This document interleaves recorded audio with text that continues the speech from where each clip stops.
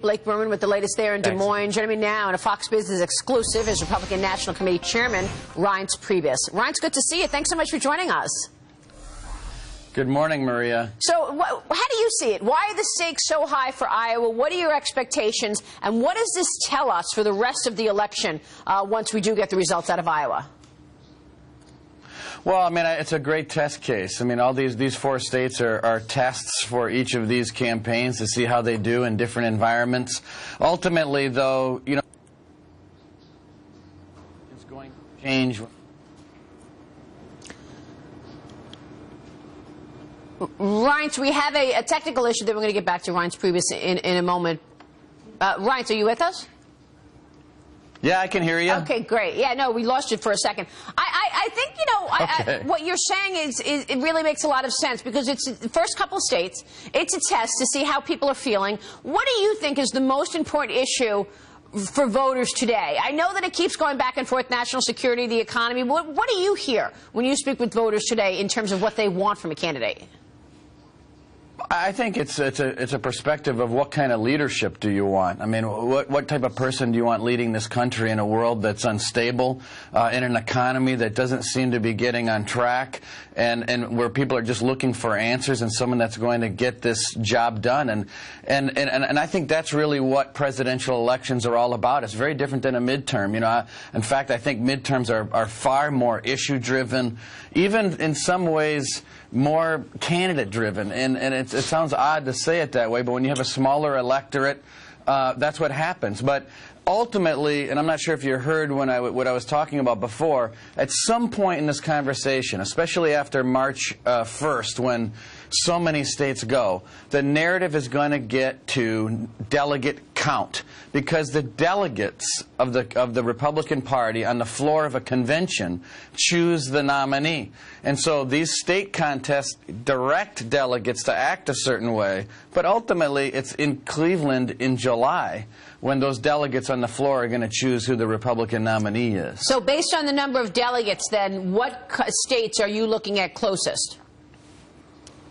Well, look, I mean, obviously the first states are really important. We all know that. And that's why these test cases are so important. But, you know, you look at the March 1st Super Tuesday, it's proportional, but it's going to tell you a lot about the strength of these campaigns to compete in multiple state-type contests. Then you get to March 15th, which is in most cases a winner-take-all primary.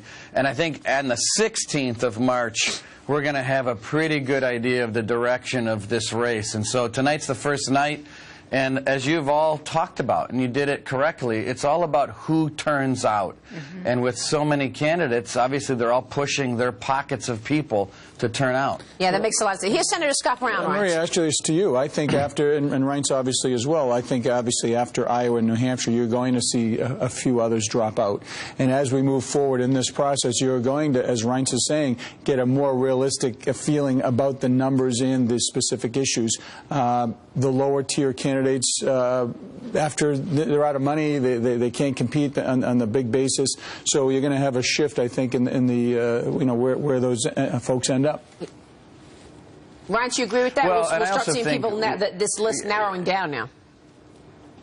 Well, I mean, he's right, because there's not enough hard money to go around. I mean, you actually, in order to compete in New Hampshire and South Carolina and the next state and the next state and the next state, you need a lot of cash to pay people on the ground. And so what I look for tonight or in New Hampshire, South Carolina, is something that you don't expect. I mean, that's when things can change, momentum moves and shifts. So things that happen that you don't expect is what you look for out of a day like today. Here's David Webb, Reince. Reince, good to see you again. The question is a rules question, because the American people need to understand the difference between a contested and a brokered convention. And education, we've talked about this before. Explain the difference for people. Yeah, sure. Well, you know, there's a lot of words to use. The first word, a brokered convention, is something that just doesn't happen. In the old days, all the delegates would run in their own states. They'd show up at a convention, and they would actually vote right then and there. There was no conversations like this about Iowa and New Hampshire. They just went to the convention and voted. But the brokers were people that had votes in their pocket. So it might be the state delegation chairman of Wisconsin. He's got 50 or she's got 50 votes in her back pocket. She goes to the candidate and says, hey, you know, I've got this or I've got that. What can we get over here? That just doesn't happen anymore because we have rules that say you can't vote in a block like that. So the correct word is a contested or an open convention, which just means that a candidate is going to the convention without the majority of delegates already committed to them. And if that happens, then that's when you get to a contested or an open convention. But you never have a situation where you have a brokered convention. So highly unlikely, but that's the distinction, David. Do you feel like the candidates at this point on the Republican side have been able to articulate their plans and their beliefs, their policies to the American people? I mean, the debates now, 7 debates, have they had the opportunity to be heard on the important issues that are key for America? Yeah, no, I think so, Marie. I mean, look, we've got 24-hour news. You've got a great program. People can go anywhere they want to get their information on the internet, on you know, satellite radio, all over the place. Clearly, this is a process that is a long process. There's plenty of time. And then you also have these test cases where if people can't get out to the entire country, they can get to New Hampshire and Iowa and make their case and drive around and talk to people. And so this is the great American way. And so what happens tonight is really important in that process. We're looking forward to getting this thing started. The debates have been great. There's been plenty of them. And we're really satisfied with where we're at so far in the process. But, Reince, does it make you nervous with more than 7 years with President Obama in the White House, lackluster economy, slowest recovery since World War II, wages not growing? However, people maybe don't want more of that. They want to go even further left. You look at the record number of people that have given to Bernie Sanders. They look at the Obama administration and say, hey, he wasn't liberal enough. I want more government. I want higher taxes. I want Uncle Sam to take care of my life. Doesn't that worry you?